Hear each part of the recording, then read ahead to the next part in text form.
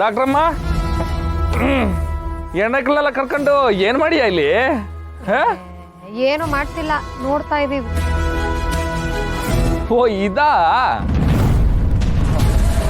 ಮಗ, ನಿಂಗ್ ಗೊತ್ತಾಯ್ತಾ? ಓ ನಂಗ್ ಗೊತ್ತಾಯ್ತು. ಏನು? ಯಾವ್ದೋ ಹೊಸ ಪಕ್ಷದ್ದು ಅನ್ಸ್ತದೆ. ಕರೆಕ್ಟ್ ಆಗಿ ಹೇಳಿದೆ ಮಂಜಿ. ರಾಜಕೀಯದವ್ರು ಏನಾದ್ರು ಒಗ್ತಿನ ತರ ಹೆಸರಿಡ್ತಾರ?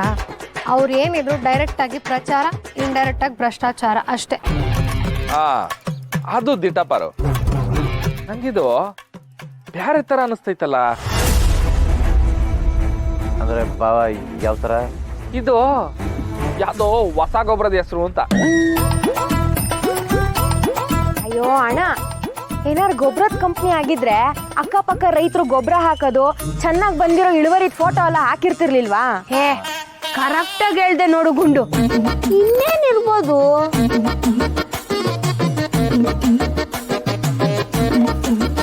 ಹಾ, ಇದು ಸೀನಾ.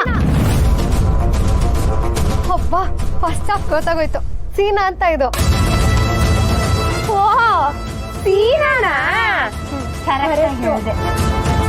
ಆಹಾ, ಡಾಕ್ಟ್ರು ಓದಿದ್ರು ಇಂಥದ್ನೆಲ್ಲ ನಮ್ಮ ಅಕ್ಕ ಚೆನ್ನಾಗಿ ಕಂಡಿಡಿದು ಬಿಟ್ಲಲ್ಲ. ಮುಂದಿನ 2 ಅಕ್ಷರ ಓದ್ಬಿಟ್ರೆ ನನ್ನ ಕತೆ ಮುಗೀತು. ನಮ್ಮ ಬಾವ ನಡು ಬೀದಿಲೆ ನನ್ನ ಭಕ್ತ ಕುಮಾರ ಪಿಕ್ಚರಲ್ಲಿ ಅಣ್ಣವರು ಮಗಿನ್ ತುಳ್ದಂಗೆ ತುಳ್ದಾಕ್ಬಿಡ್ತಾನೆ. ಅಲ್ಲಿ ವಿಠಲ ವಿಠಲ ಪಾಂಡುರಂಗ, ಇಲ್ಲಿ ಜೈ ಜೈ ಮಕ್ಕಳವ್ವ, ಅಷ್ಟೇ ವ್ಯತ್ಯಾಸ. ಏನಪ್ಪ ಮಾಡೋದು? ಮೆಸ್ತೆ ಕಣಕ ನಿನ್ನ, ಸೂಪರ್ ಕಣಕ ನೀನು. ಯಾಕೋ ಸೀನಾ, ಕರೆಕ್ಟ್ ಆಗಿತ್ತ ಉತ್ತರ? ಕರೆಕ್ಟ್ ಆಗಿತ್ತ ಅಂತ ಹೇಳ್ಬೇಕಾಗಿರೋನೆ ನಾನು, ಯಾಕಂದ್ರೆ ಇದನ್ನೆಲ್ಲ ಬರ್ದಿರೋದೇ ನಾನಲ್ವಾ. ಎಸ್, ಯಾಕೆ ಯಾರಿಗೂ ಅರ್ಥ ಆಗ್ಲಿಲ್ವಾ? ಅದು ಬೆಳಗ್ಗೆ ರಶ್ಮಿಗೆ ಐ ಲವ್ ಯು ಅಂತ ಹೇಳದ್ನ, ಆಗ ನೀವೆಲ್ಲ ಬೇರೆ ಅಲ್ಲೇ ಇದ್ರಿ. ಎಲ್ರ ಮುಂದೆ ಹೇಳಿದ್ರೆ ಮುಜುಗರ ಆಯ್ತದಂತ ಈ ಕಡೆ ಹೇಳ್ದಂಗೂ ಇರಬೇಕು, ಹೇಳ್ದಂಗೂ ಆಗ್ಬಾರ್ದಂತ ಪ್ಲಾನ್ ಮಾಡಿ ಗೋಡೆ ಮೇಲೆ ಹಂಗೆ ಬರ್ತಿದ್ದೀನಿ. ಅಲ್ಲ ಕಲ ಬಾಮಿದ, ಇದ್ರಲ್ಲಿ ಹೆಂಗ್ಲ ಹೇಳ್ದಂಗ ಆಯ್ತದೆ? ನಿಂಗೆ ಅರ್ಥ ಆಗ್ಲಿಲ್ಲ ಅಲ್ವಾ? ಅದು ಏನಂದ್ರೆ ಶಿವಣ್ಣ, ನಾನೊಬ್ಬ ಎಜುಕೇಟೆಡ್ ಆಗಿ ನಿಮ್ಗೆಲ್ಲ ಕ್ಲೀನ್ ಆಗಿ ಬಿಡಿಸಿ ಎಕ್ಸ್ಪ್ಲೇನ್ ಮಾಡ್ತೀನಿ.